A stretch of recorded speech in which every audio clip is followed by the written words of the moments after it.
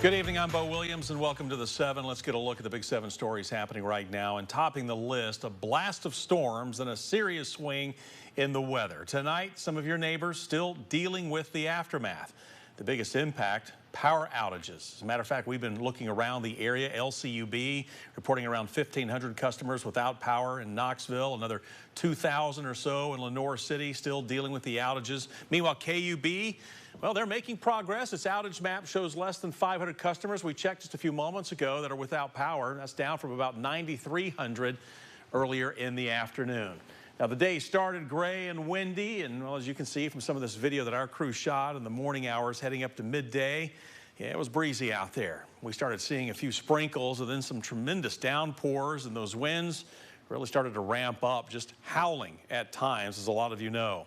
Our storm team was on the air with wall-to-wall coverage by 12:45, around the time we started hearing damage reports coming out of Lenore City. That's where our crew shot this video of trees and limbs down. The weather situation calmed down through the afternoon hours, but the temperatures basically just went off a cliff. That's the next issue to deal with. So we want to turn to Chief Meteorologist Ken Weathers to just talk about how cold we're talking and also kind of look back at some of those wind gusts today, Ken. Yeah, but 71 degrees was the high today before this front came through. We told you what a sharp cold front it would be, meaning temperatures would drop off quickly. We also talked about the potential for the damaging wind gusts. Now, these were not thunderstorm winds in Camp Creek up in Greene County at 86 miles per hour, but these were as they came through the airport at McGee-Tyson, 75-mile-per-hour wind gusts. You want to see what that looks like? This is from our tower cam at that time on Blunt Memorial Hospital, the time that the wind came through. And you can see it definitely was bouncing up and down with very poor visibility due to that blinding rain we had across the area. A little quieter right now, just colder. In fact, not much in the way of rainfall. A few flurries left in the mountains, but 45 in Knoxville, down to 37 already in Crossville, and a very cold 35 in Monticello. Temperatures will continue to tumble. We'll fall close to freezing before we get to about 3 o'clock in the morning. And by early tomorrow, upper 20s a pretty good bet here in the valley.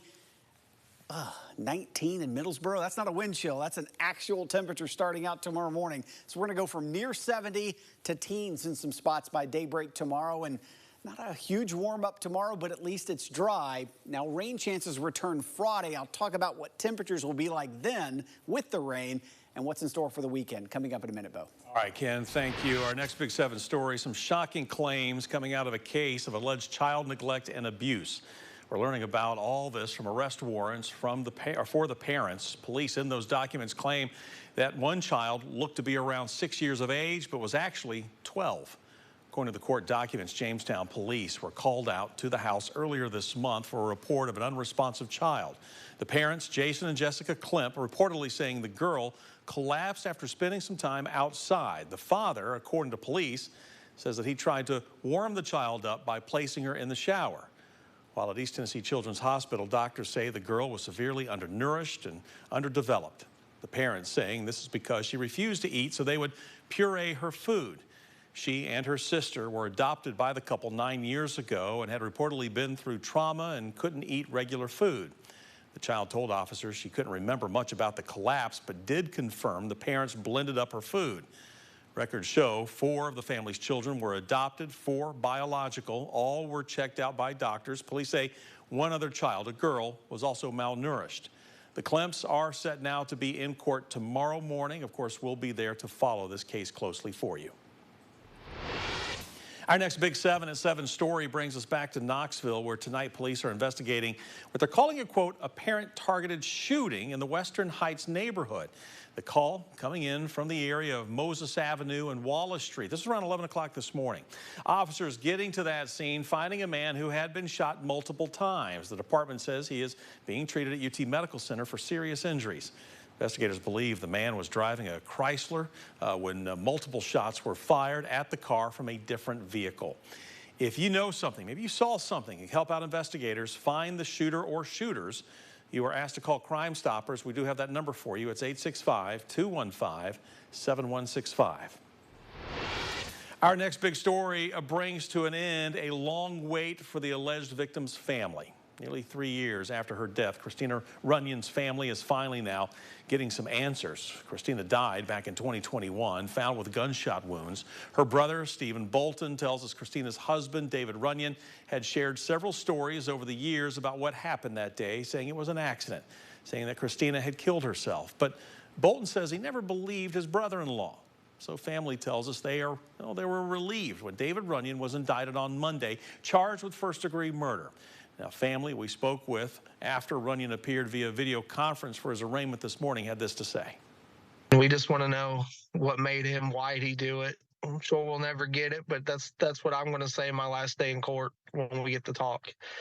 I want to know why. Today, Runyon was appointed a public defender. We're told his next court date is April 15th. We will, of course, continue to follow this case as it makes its way through the court system. An East Tennessee man faces big legal trouble over what happened while out on a hunt. The TWRA sharing his story along with this picture showing skulls, antlers, a shotgun, and a compound bow, all seized from William Stamey Jr. after the investigation. This is Stamey pleads guilty now to poaching deer and aggravated assault. According to TWRA, Stamey was using a spotlight to hunt from a vehicle back in August on McKinney Chapel Road in Hawkins County. Agents say a landowner confronted him. Stamey then reportedly pointed a gun at him and threatened the landowner's life. It wasn't Stamey's first time breaking state hunting rules. Wildlife agents say Stamey was charged with killing or helping to kill 15 deer illegally over a 3.5-year period and admitted to poaching 20 deer from the road in 2020 alone. Stamey will have to serve 6 months of a 4-year sentence, and he has been banned from hunting for life. Also on our big story list for you, hearing from first responders who rushed to help a Dandridge teen, very likely saving his life. Crews from the Dandridge Volunteer Fire Department and the Dandridge Police Department responded to the call that led to the rescue. Buddy, I'm going to pull you hard, bro. Okay? You work with me. We're going to get you away from this.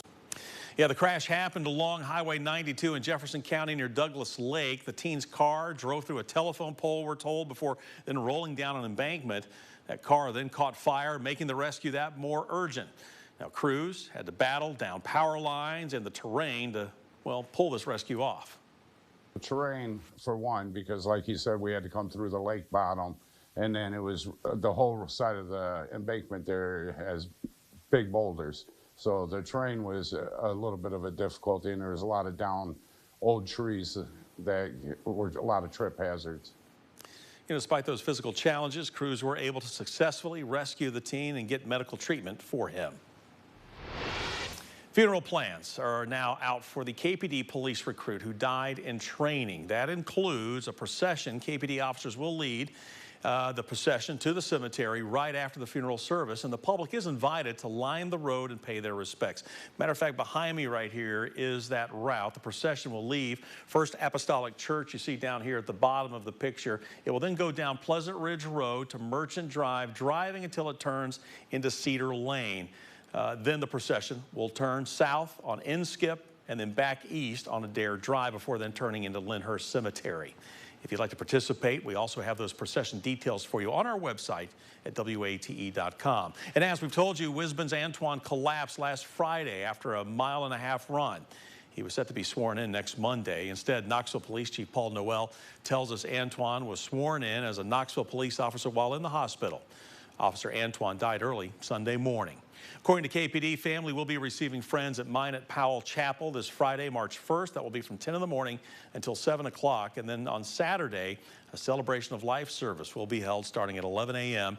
at First Apostolic Church of Knoxville. That will be followed by a private burial at Lyndhurst Cemetery with full honors provided by KPD.